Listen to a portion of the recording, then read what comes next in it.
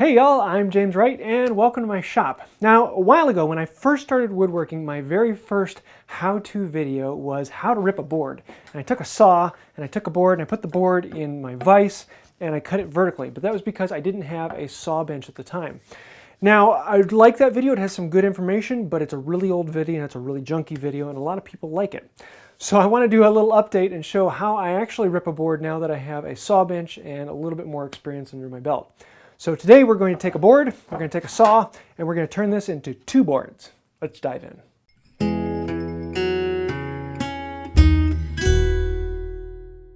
So the first thing we need to do is put a straight edge on the board. This is going to be a reference surface so we know how far into the board to cut. And I need to cut a 1-inch mark. So I've set my marking gauge up here to 1 inch, and I can use the fence to then go against my reference side and draw a mark all the way down the board.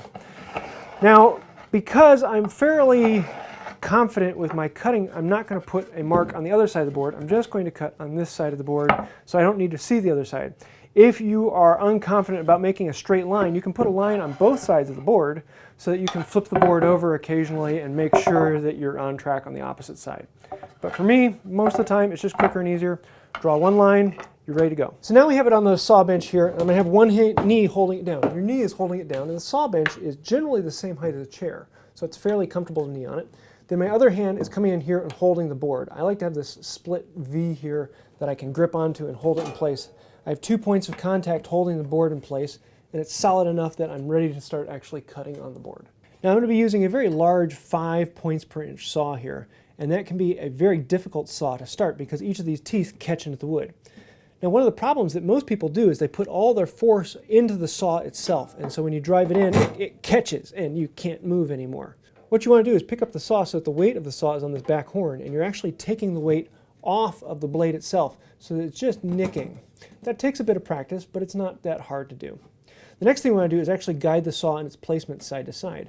So I'm going to grab the board and actually pinch the board and let the saw slide on my thumbnail, or usually it would be a thumbnail, but not today because I had an accident with a knife. Oops.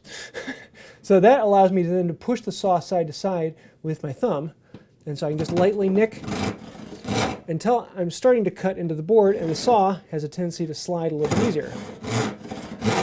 Once we're developed, we're cutting a line. Now the next problem that most people have is that when they cut, their line tends to wander down the board, and that can become really annoying. So what we want to do is we want to learn how to cut in a straight line. Now you can see how when I'm cutting here, the saw is directly in line with my arm all the way up to the elbow and then into my shoulder. And so everything is swinging in the same plane straight down the saw and into the board. What happens is most people tend to move over and get on top of the saw. And when they do that, their arm comes back here at an angle, and that's going to cause the saw to veer. The other problem that some people have is that they lean too far away from it because they're afraid of this thing. And you can see how their elbow comes back here and they start to turn that way. It's a lot of learning just to keep everything in line. If you're ever sawing and you hear the end of the saw do, that means that something is out of line. You've got to move your elbow around. The next thing you can do to really learn it is set up a camera like this, because it really shows you when you're in and out of whack.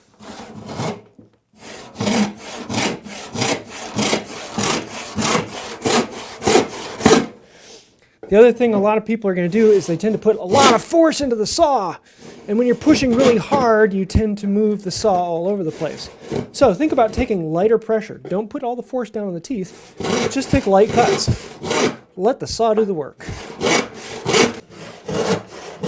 As you can see, I'm trying to stay a little ways away from the line, but stay as close to it as possible.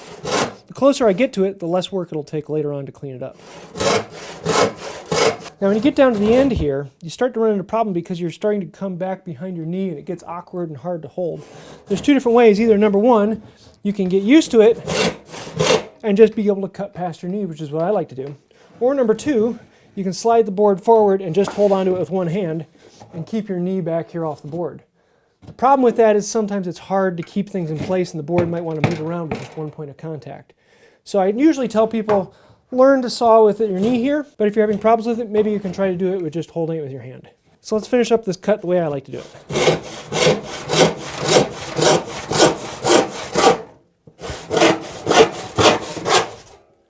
Voila! Nice straight cut all the way down. Really only takes a moment, and you can rip through some pretty serious 1-inch white oak. Now after you're done, you can look at the grain, and if you're working with a rough saw, you're always going to leave marks. If you're working with a fine tooth saw, the marks will become less and less noticeable. Here up at the beginning of the board, there are 2 really deep grooves, and that was when I was showing the arm being twisted all the way one way and then the arm being twisted all the way the other way.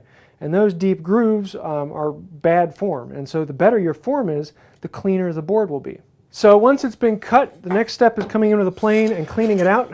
And if you've done a good job, it should only take a couple passes with a plane to clean it all the way up. Even with a really rough saw,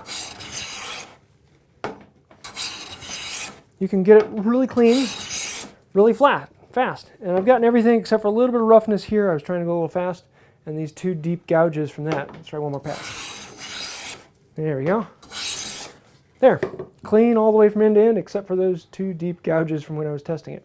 So 90% of the work when using a handsaw is all in your form and the way your body flows and the way your arm connects into the saw. It doesn't take that much force to create a nice, clean cut. Now, I'm not talking about Japanese saws. I might do a video on that in the future, but I tend to prefer Western saws. They take more work to learn, but once you learn them, they're far more versatile. Just a personal preference. So if you find yourself weaving all over the place, look at your form. And if you're really having a problem with seeing your own form, set up a camera, set it in line with your saw, and you'll very easily see your body is in the way of the saw or something is out of kilter. Just keep your saw in line with your arm, in line with your elbow, in line with your shoulder, and everything will flow fairly nicely. You can always test it. How many plane swipes does it take to clean up your saw marks? It'll kind of give you an idea of how well you're doing with any particular saw. Keep in mind the bigger teeth are going to make bigger marks and smaller teeth are going to give you a cleaner cut. But if you do it right, it becomes so much more fun. So I hope you enjoyed this. I'm trying to give a little bit more information like this. If you did like this or if you have more questions, let me know in the comments below. Also, please subscribe, like, and share. That really does help out the channel. And if you really want to help out the channel, I'm completely supported by you, the viewers, through Patreon, buying shirts, and card scrapers. So if you want to help out with that, I have links to that down below as well as in the cards. That's about it for today. Until next time, have a wonderful day.